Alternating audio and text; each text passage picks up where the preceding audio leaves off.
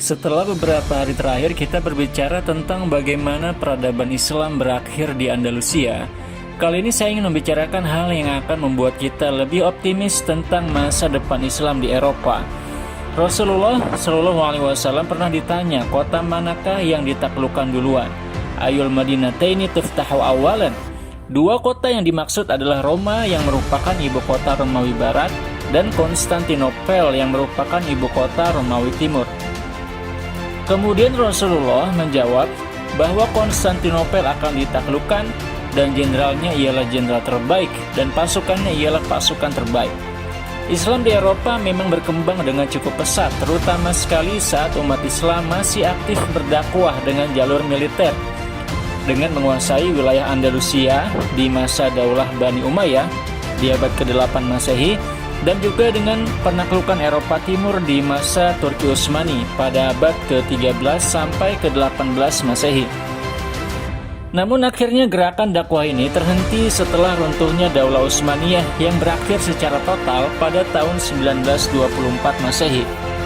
Setelah berakhirnya Daulah Utsmaniyah, umat Islam memasuki fase baru, yaitu fase di mana setiap negara muslim berdiri sendiri tanpa adanya ikatan politik satu sama lain.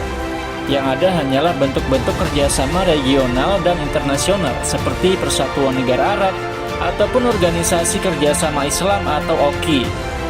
Namun secara administratif, semua negara muslim berdiri sendiri dan tidak saling terikat satu sama lain. Hal ini selanjutnya menimbulkan pertanyaan, siapa yang akan melanjutkan dakwah Islam?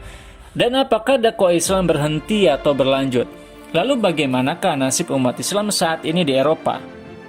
Pembahasan tentang ini sebenarnya sudah saya bahas dalam beberapa video, namun kali ini saya ingin membahas sebuah penelitian dari Pew Research yang menurut saya cukup menarik untuk dibahas. Saat ini Eropa sedang berhadapan dengan Islamofobia. Mereka takut jika umat Islam yang ada di Eropa semakin meningkat jumlahnya, sehingga nantinya peradaban Eropa dikuasai oleh orang-orang Muslim. Hal ini menimbulkan gerakan-gerakan antisemit dan anti-Islam di banyak negara. Faktanya ialah bahwa sebenarnya jumlah orang Muslim masih minoritas, jauh lebih sedikit daripada jumlah orang-orang non-Muslim. Namun hal yang membuat pertumbuhan populasi umat Islam menjadi lebih cepat dalam beberapa dekade terakhir ialah karena banyaknya jumlah imigran dari Timur Tengah yang datang ke Eropa. Selain itu, angka kelahiran orang-orang Eropa juga ternyata lebih rendah daripada angka kelahiran orang-orang Muslim. Nikolai Botev 2013 pada penelitiannya yang berjudul Is Europe Trapped in Low Fertility? Terjemahan bebasnya, apakah Eropa terperangkap dalam angka kelahiran rendah? Dalam penelitian itu, Botev menyebutkan bahwa angka kelahiran orang-orang Eropa kurang dari 1,5 anak per keluarga. Selain itu, partisipasi perempuan yang semakin dominan dalam dunia kerja membuat banyak dari penduduk Eropa asli menunda untuk memiliki anak. Sedangkan keluarga-keluarga Muslim di Eropa yang sebenarnya merupakan orang-orang imigran memiliki rasio kelahiran yang lebih tinggi. Pew Research mencatat bahwa dalam penelitiannya yang dipublish tahun 2017 melaporkan bahwa dari tahun 2010 sampai 2016 saja jumlah orang-orang Muslim di Eropa bertambah secara alami melalui kelahiran sebanyak 2,92 juta jiwa.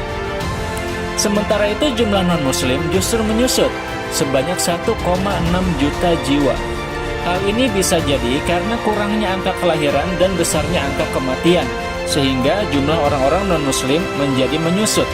Sementara itu, orang-orang Muslim memiliki angka kelahiran yang lebih tinggi, sehingga jumlah penduduknya semakin meningkat.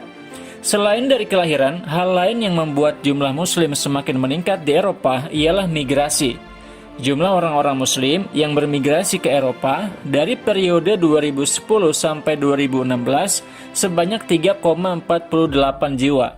Sedangkan orang-orang Muslim, orang-orang non-Muslim yang bermigrasi ke Eropa sebanyak 1,29 juta jiwa. Pew Research juga melakukan proyeksi jumlah Muslim di Eropa pada tahun 2050 dengan 3 macam skema. Skema pertama, jika jumlah migrasi 0. Skema kedua, jika jumlah migrasi sedang-sedang saja, dan yang ketiga, jika jumlah migrasi tinggi. Saat penelitian ini dilakukan pada tahun 2016, presentase umat Islam di Eropa sebanyak 4,9%. Jika angka migrasi rendah, maka pada 2050 populasi umat Islam akan meningkat menjadi 7,4%. Jika migrasi sedang-sedang saja atau menengah, populasi umat Islam akan meningkat menjadi 11,2%. Dan jika angka migrasi tinggi, populasi umat Islam akan mencapai 14%. Presentasinya tentu saja akan berbeda-beda di setiap negara, karena masing-masing negara memiliki peraturan migrasi yang berbeda-beda dan jumlah penduduk yang berbeda-beda. Mari kita lihat skema populasi umat Islam jika rasionya tinggi. Maka di Prancis akan ada 18% umat Islam, atau sebanyak 13,2 juta jiwa. Di Jerman akan ada 19,7 Muslim, atau 17,4 juta jiwa. Dan di Inggris akan ada 17,2% Muslim, atau 13,4 juta jiwa. Angka ini saja sudah sangat besar, artinya di 2050 akan ada puluhan juta orang Muslim tinggal di Eropa. Jumlah totalnya dengan rasio migrasi tinggi, umat Islam di Eropa akan bertambah sebanyak 193% dengan total populasi 75,6 juta jiwa. Pertanyaan selanjutnya, berarti dalam 200 tahun ke depan, Perancis, Inggris, dan negara Eropa lainnya akan menjadi negara mayoritas Muslim. Sepertinya perlu kita bahas di video selanjutnya.